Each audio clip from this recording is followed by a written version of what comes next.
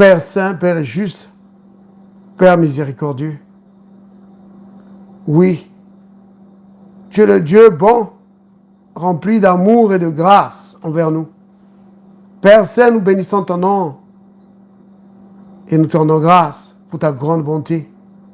Merci Seigneur parce que tu prends bien soin de nous et nous ne manquons de rien. Parce que tu as pourvu à nos besoins à l'avance. Seigneur éternel, merci pour ta grande bonté. Nous te remercions pour la parole que tu nous donnes, Seigneur, pour l'opportunité de communier avec toi autour de ta parole. Merci pour ton esprit, le Saint-Esprit, qui nous révèle ta parole, pour édifier la foi de chacun de nous, Père. Nous bénissons ton nom, Seigneur. Nous te rendons grâce pour cette opportunité, car notre foi, c'est notre victoire. Béni sois-tu, Père. Au nom de Jésus. Amen. Amen. OK. On va prendre dans les livres de Proverbes.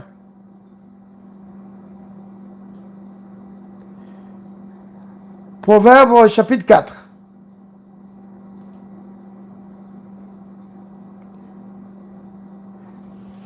Alors, il est dit, au verset 20, Proverbe 4, verset 20. Mon fils, sois attentif à mes paroles. Donc là, c'est le père qui est en train de parler à son fils. C'est Dieu, notre Père, qui s'adresse à nous. Il dit, mon fils, sois attentif à mes paroles. Prête l'oreille à mes discours. Que mes discours ne s'éloignent pas de tes yeux. Garde-les dans le fond de ton cœur. Alléluia. Il dit, garde-les dans le fond de ton cœur. C'est important. Pourquoi? Parce que c'est la vie pour tous ceux qui les trouvent. Et c'est la santé pour tout leur corps. Vous voyez? Mais maintenant, moi, je voudrais attirer notre attention sur le verset 20. Mon fils, prête l'oreille. Donc, sois attentif à mes paroles, prête l'oreille à mes discours. Dieu veut qu'on puisse lui accorder vraiment notre attention. Accorde un moment d'attention à Dieu. Oui, sois attentif à la parole de Dieu. C'est quelque chose de capital, ça. Si seulement l'homme peut être attentif à la parole de Dieu, ça va changer toute sa vie. Dieu dit, donne-moi un moment d'attention. Ça veut dire quoi? Arrête un peu de te tourner à gauche ou à droite. Concentre-toi sur ma parole. Il y a beaucoup d'autres voix qui peuvent te parler. Oui. Ton corps peut te parler quand il s'agit de maladie. Ton compte en banque peut te parler parce qu'il n'y a rien dedans. Et ton compte en banque est en train de crier. Il n'y a rien ici, il n'y a rien. Beaucoup de choses qui peuvent te détourner. Mais Dieu dit, prête l'oreille à ma parole à moi. Écoute-moi ce que j'ai à te dire. Sois attentif. Oh oui, c'est vraiment important. Il y a d'autres passages dans la Bible où on trouve vraiment cette interpellation du Seigneur. Par exemple, comme on est dans Proverbe 4, ben, prenons Proverbe 5 juste à côté. Verset 1er. Il dit, mon fils, sois attentif à ma sagesse. Prête l'oreille à mon intelligence. Vous avez remarqué ici, dans ce verset, il n'y a pas le mot parole ici, mais pourtant c'est de la parole dont il parle. Parce que la sagesse de Dieu, c'est quoi? C'est sa parole. Oui. Ça, on peut aller chez l'apôtre Paul, où il va parler de la sagesse de Dieu. Oui. La sagesse de Dieu est exprimée dans sa parole. Son intelligence est exprimée dans sa parole. Alors quand il te dit, mon fils, sois attentif à ma sagesse, il est en train de dire, sois attentif à ma parole. Arrête-toi un peu. Mais vraiment, toute ton attention. Concentre ton attention sur ma parole. Prête attention à ce que ma parole te dit. Ça, c'est dans Proverbe 5.1, mais on peut prendre un autre. Un chapitre plus loin. Proverbe 6, versets 20 et 21. Mon fils, garde les préceptes de ton père et ne rejette pas l'enseignement de ta mère. Là encore, mais ici on parle des parents qui sont consacrés au Seigneur, n'est-ce pas?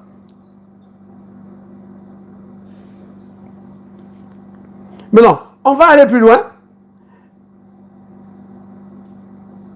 Donc, Ésaïe 55.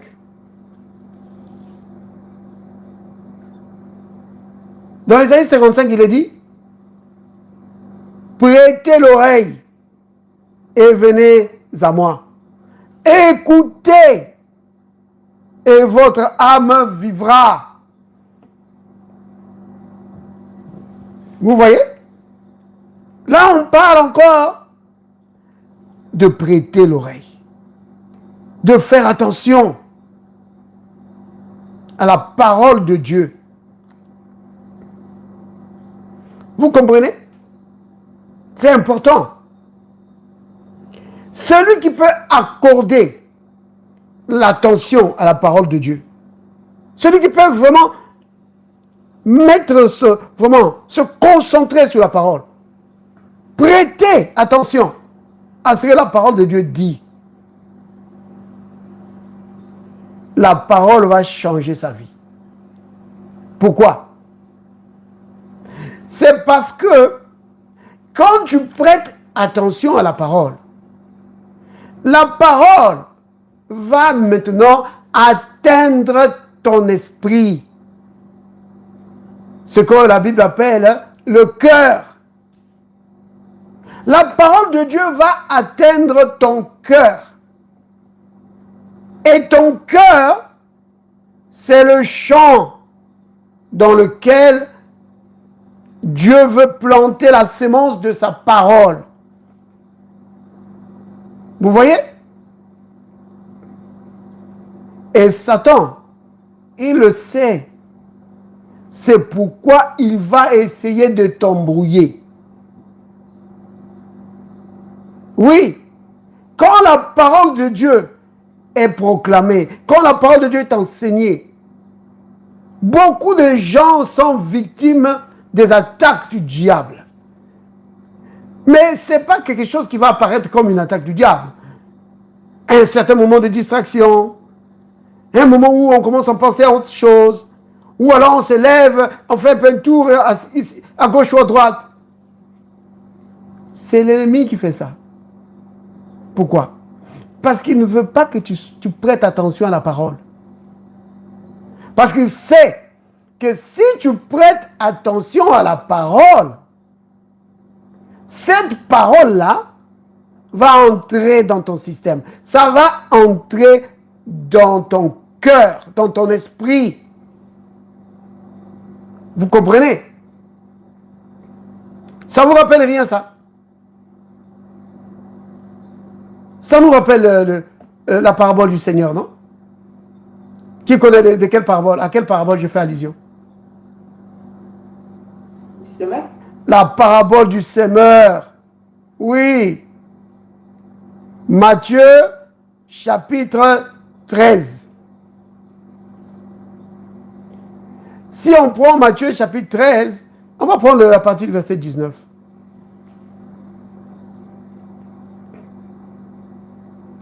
Regardez.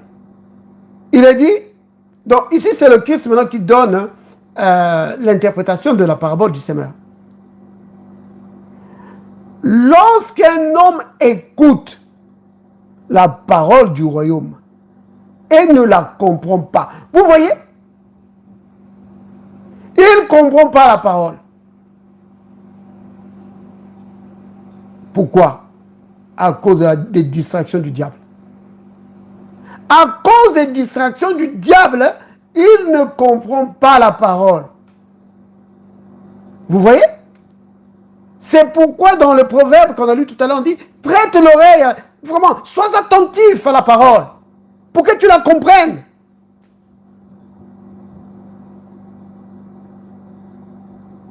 Vous voyez?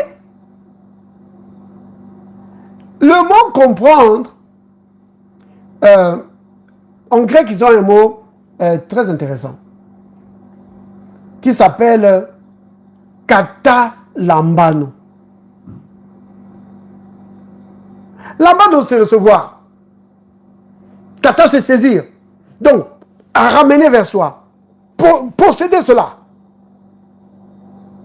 Donc, tu prends la parole et tu la gardes pour toi. Elle devient une partie vraiment intégrante de toi-même.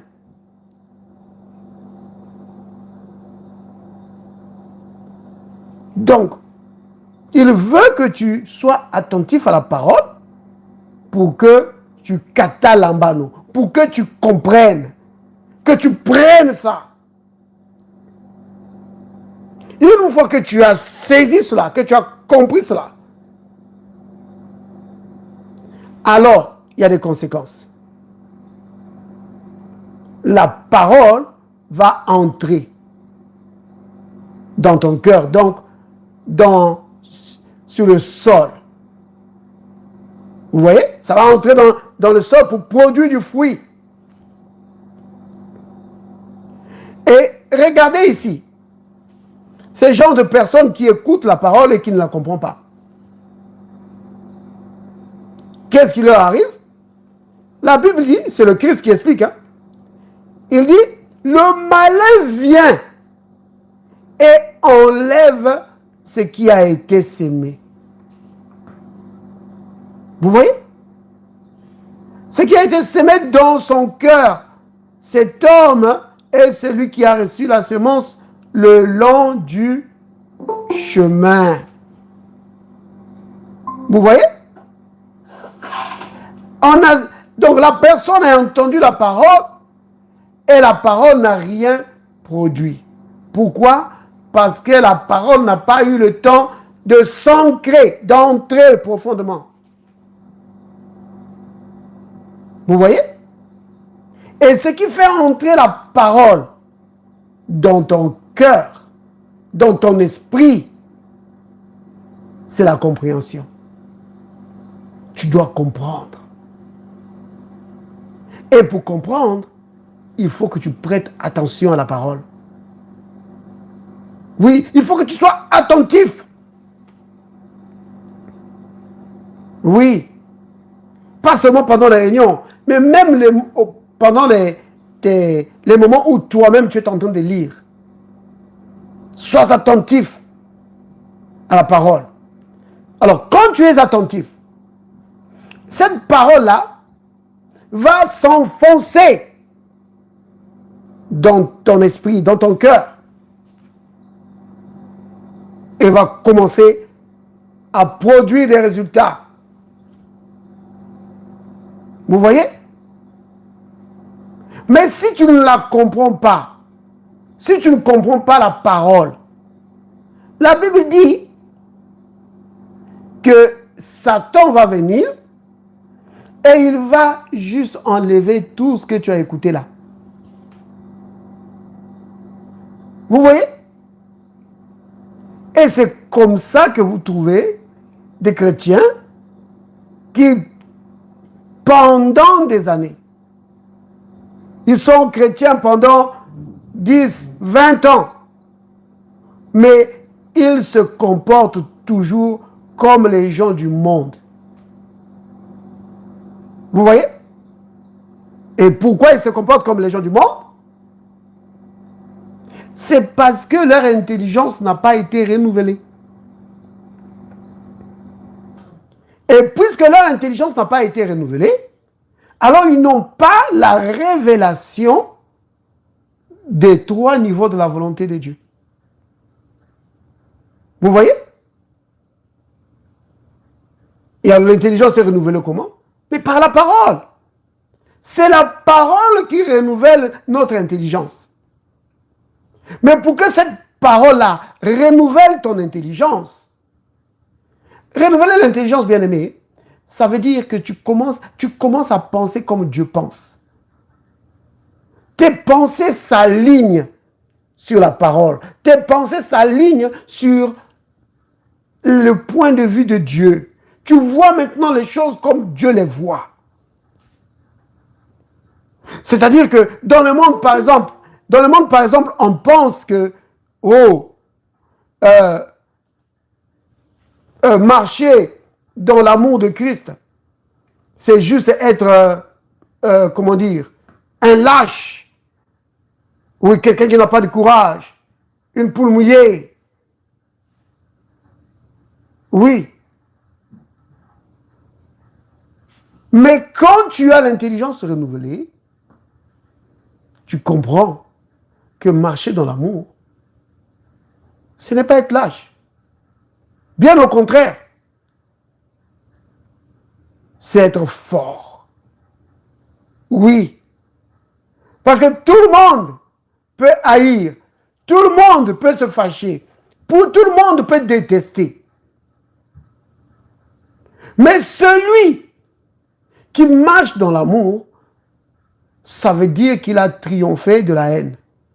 Ça veut dire qu'il a triomphé de l'amertume. Ça veut dire qu'il a triomphé des rancunes.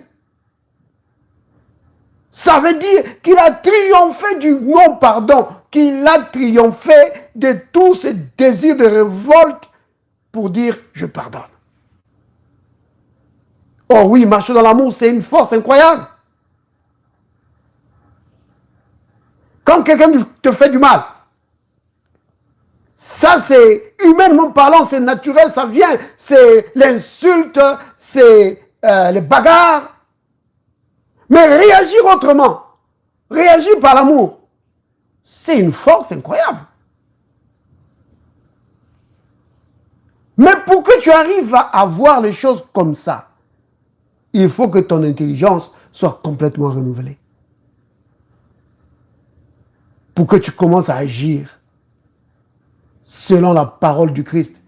Pour que tu réagisses aux événements comme le Christ. Vous voyez? Et qu'est-ce qui produit ça? C'est la parole qui est entrée dans ton cœur. C'est pourquoi je disais tout à l'heure que si tu prêtes, tu donnes ton attention, tu prêtes ton attention au Seigneur, tu prêtes ton attention à sa parole, la parole de Dieu va entrer dans ton cœur et changer ta vie. Oui, parce que dans la parole se trouve la puissance de transformation. Regardez, c'est dit dans... Tout ce que j'étais en train d'expliquer tout à l'heure, c'est dans Romains chapitre 12. Hein. On peut prendre Romains 12. On va le voir tout de suite. Romains chapitre 12. À partir du verset 2.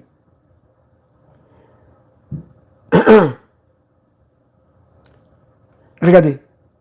Les Écritures. Merci d'avoir affiché le passage. Ne vous conformez pas au siècle présent, Dans Romains 12, verset 2.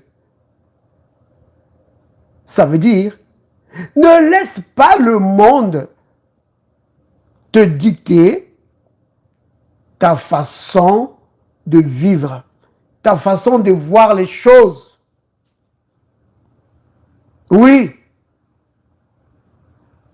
Ne laisse pas, ne copie pas les façons du monde de vivre.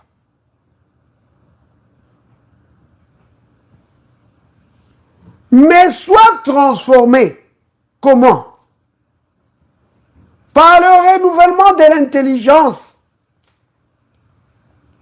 Oh, les hommes religieux, ils pensent que quand tu viens à l'église et qu'on te dit, oh, ne porte plus tel habit, ne porte plus ceci, ne mets plus de pantalons, mets de longues jupes et une longue ici pour critiquer les gens. Mais ils pensent que, oh, tu es transformé. Oh, elles sont transformées. Mais la transformation, ce n'est pas de ça. La vraie transformation est amenée par le renouvellement de l'intelligence. Vous comprenez? La puissance de transformation de la vie de chacun de nous se trouve dans le renouvellement de l'intelligence produit par la parole. Mais souvenez-vous, je l'ai dit tout à l'heure, il faut que cette parole entre dans ton système, dans ton cœur. Et pour qu'elle entre, il faut que tu accordes ton attention à la parole. Il faut que tu médites la parole. Vous comprenez? C'est pourquoi le Seigneur, il disait à Josué, dans Josué 1, verset 8, et aussi dans le psaume 1, on le voit aussi. Prends le temps. Médite la parole de Dieu jour et nuit. Oui. Et qu'est-ce qui va arriver? Mais alors, tu vas agir selon la parole. Et c'est alors que tu auras du succès dans tout ce que tu vas entreprendre. Vous voyez? Mais pourquoi est-ce que tu vas avoir du succès? Merci d'avoir affiché Josué 1, verset 8. Regardez. Que ce livre de la loi ne s'éloigne pas de ta bouche. Vous avez vu? Ça ne s'éloigne pas de ta bouche. Médite-le jour et nuit pour agir. Vous avez vu? La méditation doit t'amener à l'action. Tu ne dois pas rester dans la méditation ad vitam aeternam. Non. À un certain moment, tu dois entrer dans l'action. Oui. Et parfois, on trouve des gens qui entrent en action, qui veulent entrer dans l'action, alors qu'ils n'ont pas eu le temps de méditer la parole. Et alors, ils échouent. Ils disent, oh, j'ai essayé ça, mais ça ne marche pas. Mais tu n'as pas pris le temps. Prends le temps de méditer la parole. Prête l'oreille à la parole. Écoute la parole. Écoute et réécoute la parole. Vous comprenez? Oh oui. Écoute la parole. Médite-la. Pense à cette parole. Oui. Murmure-la dans ton... Vraiment... sur ta bouche, murmure ça. Maintenant, vous savez que le verset 8 ici, le Christ nous a donné une clé pour ouvrir le verset 8. Quand il dit que ce livre de la loi ne s'éloigne point de ta bouche, qu'est-ce qu'il est en train de dire? Il est en train de dire que quand tu parles, tu dois parler parole. Mais tu fais comment? Alors là, le Christ nous répond. Il dit que c'est de l'abondance du cœur que la bouche parle. Vous voyez? Donc, il faut que la parole de Dieu soit dans ton cœur. Alors, quand tu vas parler parole. Mais si c'est le sport qui est dans ton cœur, Quand tu vas parler sport. Si c'est la politique, quand tu vas parler politique. Si c'est les critiques et la rancune et toutes ces choses, ou la religion, quand tu vas parler religion. Tu vas parler, oh, notre prophète, il a fait ceci. Oh, notre ceci, il a fait ça. C'est des choses comme ça que tu vas parler. Vous voyez? Mais si c'est la parole du Christ qui est vraiment là dans ton cœur, quand tu vas parler la parole du Christ. Tu vas parler du Christ. Tu vas élever le Christ. Vous voyez? Si c'est ton fondateur, le fondateur de ton groupe religieux là, qui est dans ton cœur, quand tu vas parler, c'est son nom qui sera sur ta bouche. Vous voyez? C'est de l'abondance du cœur que la bouche parle. C'est le Christ qui l'a dit. Et nous savons que le Christ n'est pas un menteur. Ce qu'il dit, c'est la vérité. Et ça nous permet donc de comprendre ce verset, le verset 8. Que quand il dit que ce livre de la loi ne s'éloigne point de ta bouche, ça veut dire que la parole doit être dans ton cœur. Alors quand tu vas parler parole. Oui, c'est pourquoi il te dit, médite la parole jour et nuit. Et maintenant, qu'est-ce qui va se passer? Tu vas agir fidèlement selon la parole qui est écrite. Oui. Et alors, quand tu agis selon la parole, la Bible dit que le succès est garanti. C'est alors que tu auras du succès dans tes entreprises, dans ce que tu vas faire. C'est alors que tu réussiras. Pourquoi? Pourquoi est-ce que quand tu agis selon la parole, ça donne le succès? Pourquoi? Parce qu'en méditant la parole, là on retourne à Romains 12, verset 2. En méditant la parole, ce qui va arriver, bien aimé, c'est que ton esprit se renouvelle. Et parce que ton esprit est renouvelé, maintenant, tu as la révélation des 3 niveaux de la volonté de Dieu. Donc quand tu vas agir selon la volonté de Dieu. Oui. Tu ne vas pas agir pour faire des aventures. Vous comprenez? Tu ne vas pas agir parce que le pasteur, il a dit. Non. Toi-même dans ton esprit, tu as les témoignages de l'esprit, ton intelligence est renouvelée, tu comprends ce que l'esprit de Dieu te dit. Le pasteur peut venir insister. Oh, sœur, fais ça, il faut que tu te maries avec tel frère. Toi, tu dis, non, c'est pas ce que je ressens. Vous voyez? Vous comprenez? C'est capital. C'est alors que tu vas avoir du succès. Vous comprenez? Donc le Seigneur nous donne là le secret du succès.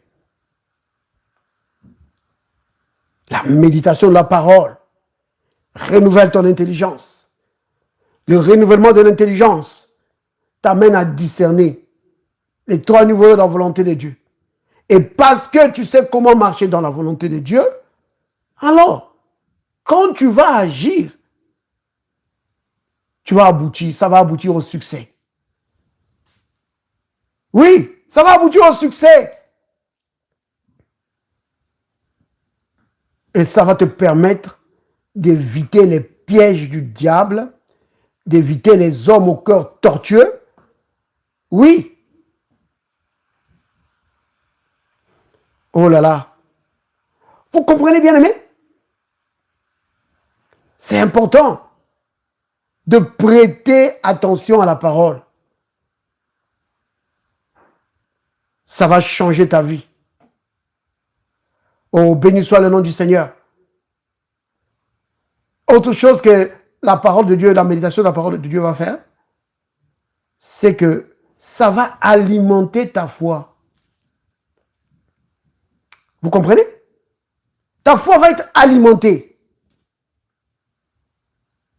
Parce que quand tu médites la parole de Dieu, le Saint-Esprit, lui, qui nous a été donné, et qui est où? Au ciel? Non, il est en nous.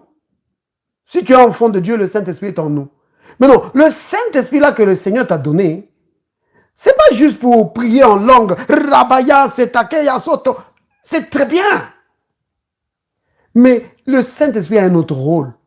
Oh, il en a beaucoup. Mais il y a un autre rôle qu'il va vraiment assumer vraiment devant toi ou dans ta vie. C'est te révéler la parole. Donc, quand tu médites la parole, l'Esprit de Dieu, il va te révéler la parole du Seigneur. Et alors, cette parole du Seigneur qui est révélée va édifier ta foi. Vous comprenez? Parce que la Bible dit dans Romains 10, verset 17, que la foi vient de ce qu'on entend. De ce qu'on entend. Pas juste, comment dire, avoir entendu et puis... Non, c'est-à-dire que tu entends la parole et cette parole, tu la comprends. Et pour la comprendre, c'est la révélation de l'Esprit de Dieu. C'est l'Esprit de Dieu qui te révèle la parole. Et quand il te révèle la parole, maintenant, révéler ici, bien-aimé, ça veut dire comprendre. On revient à ce que je disais tout à l'heure, n'est-ce pas? L'Esprit de Dieu t'ouvre l'intelligence. Vous voyez? Et alors tu comprends. Alors frère, est-ce que c'est vrai ça? Ben oui, c'est la parole qui le dit. Regardez, on va prendre dans Luc. Prenons Luc, chapitre 24. Je crois que c'est le verset 45. Luc 24, 45. Ça, c'est le Christ qui est là avec... peut-être qu'on va commencer plus haut. Hein. On va prendre peut-être verset 44. Il a dit, puis il leur dit, donc le Christ est en train de parler à ses disciples, c'est là ce que je vous disais. Ça, c'est le Christ ressuscité hein, qui parle à ses disciples. Parce qu'ils ne comprenaient plus ce qui se passe. Mais comment? Quoi? Il est revenu à la vie? Mais on l'a bien vu. Il était bien mort. Mais comment se fait-il qu'il soit là devant nous? Alors le Christ leur dit, c'est là ce que je vous disais lorsque j'étais encore avec vous. Qu'il fallait que s'accomplisse tout ce qui est écrit de moi dans la loi de Moïse, dans les prophètes et dans les psaumes. Maintenant, question. Est-ce qu'ils n'avaient pas lu ça? Si, ils avaient lu. Ils connaissaient ces choses. Est-ce qu'ils avaient compris? Non. C'est pourquoi ils se comportaient comme ça. C'est pourquoi c'était la panique dans le camp quand le Christ a été crucifié. Et quand on est venu leur dire qu'il est ressuscité, ils n'en croyaient pas un mot. Et pourtant, ils avaient lu les Écritures. Que les douleurs du Messie seront précédées de la gloire. Oui, mais ils n'avaient pas compris. Verset 45. Alors, il leur ouvrit l'esprit afin qu'ils comprissent les Écritures. Vous voyez? Verset 46. Et il leur dit, ainsi il est écrit. Oh là là, tu as enlevé. Le Christ souffrirait. Vous voyez? Ainsi il est écrit que le Christ souffrirait et qu'il ressusciterait des morts le 3e jour. Ils n'avaient pas compris ça. Alors ici, le Christ leur ouvre l'intelligence dans le verset 45. Il leur ouvre l'esprit afin qu'ils comprissent les Écritures. Vous comprenez? Donc, quand nous méditons la parole de Dieu, nous mettons notre confiance dans l'Esprit du Seigneur pour nous révéler la parole. C'est pourquoi nous demandons au Seigneur que Père, que ton esprit de sagesse et de révélation me révèle encore les Écritures. Oui, et le Saint-Esprit le fait. Il te révèle l'Écriture. Il te répète les Écritures.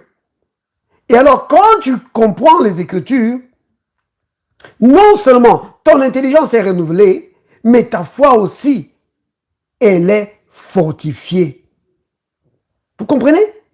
Ta foi va devenir de plus en plus robuste parce que tu comprends la parole de plus en plus. Ça veut dire que là où il y a une foi faible, c'est souvent à cause d'une compréhension limitée de la parole. Vous voyez? Parce que ta foi ne peut pas aller au-delà de ta compréhension de la parole. Si tu ne comprends pas les choses de la guérison, ça sera difficile pour croire dans la guérison.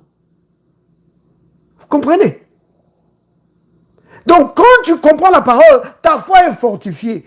La foi devient robuste. Et la conséquence, c'est quoi? Tu vis dans la victoire. Oh frère, c'est vrai? Ben oui, c'est pas moi qui le dis, c'est la Bible. 1 Jean 5, verset 4. On va prendre ça et on va terminer là. 1 Jean 5, verset 4. Qu'est-ce que cette écriture dit? Il dit, tout ce qui est né de Dieu triomphe du monde. Mais comment il fait pour triompher? Il dit, et la victoire. Vous entendez? La foi est appelée la victoire. Vous comprenez? La foi est appelée la victoire.